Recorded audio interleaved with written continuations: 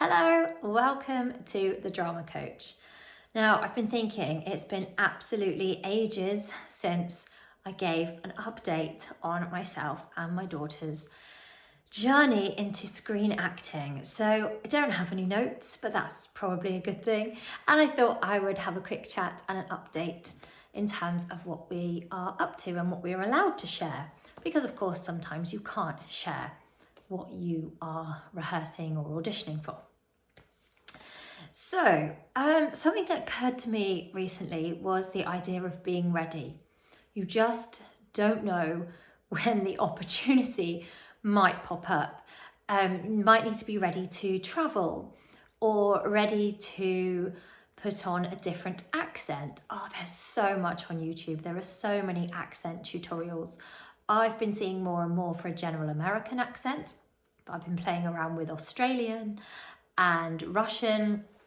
There's loads. So always for yourself or your child, if they're the actor, always be involved in training. Letting them watch YouTube could be a good thing with your guidance. Perhaps you could be working on a specific accent. And yeah, you may need to travel, which could present its own challenges. But it's good to be ready, obviously have passports updated, up to date even, and perhaps a bag ready. Maybe you need to travel and have your self-tape equipment with you because something might come through while you're away. How can you get a basic version of your self-tape equipment that you can travel with? I'm not talking about traveling with all your lights and everything, but perhaps just a little ring light. Again, we've talked before about the pillowcase on a ring light is fairly effective when you don't have a lot else. So have your kind of travel kit ready if you need to travel. Yes, of course, I said that there's some things that you can't mention. So I've seen bits and bobs pop up, say on Facebook, where parents are talking about their children's achievements. Obviously, if you sign an NDA, then that means you can't talk about it. And you know me, I love to talk about things.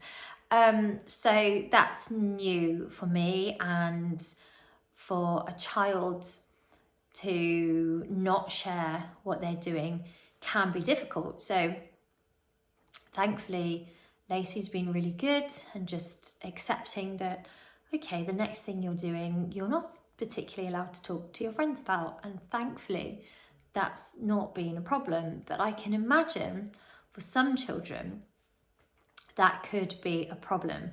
So I'll get my head around some tips for how you could help your child if they are rehearsing or auditioning for something that they're not permitted to talk about. My suggestion would be compartmentalizing it and perhaps putting in something else exciting that they can talk about, especially if this is something you do at the weekend. Perhaps then chat to them about, okay, what is it we have done? Always go on the positives. What have we done this weekend that we can talk about? You're excited about the work you've been doing, but that's not something that you can go in and write your diary about when you go back to school.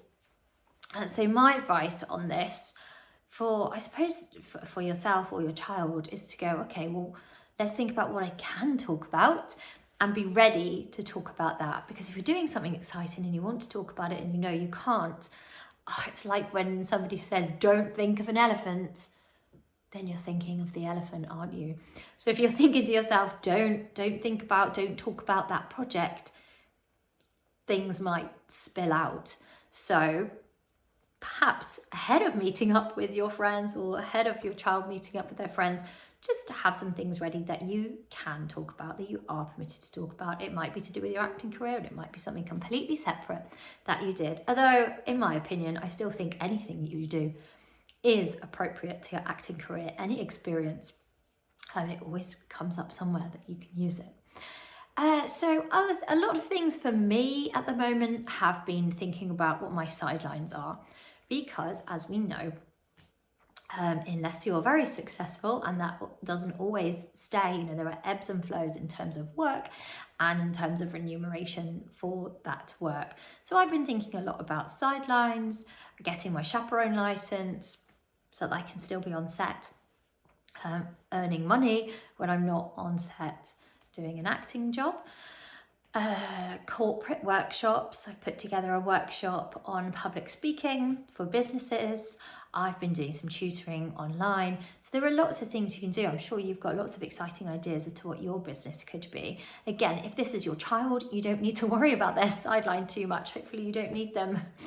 They don't need to support themselves yet. So if this is you're watching on behalf of your child actor, then sidelines aren't too much of a worry. Just help them with training and remind them that everything they do is training. If they are playing in the local football team, if they're watching YouTube learning their American accent, whatever it might be, is all good.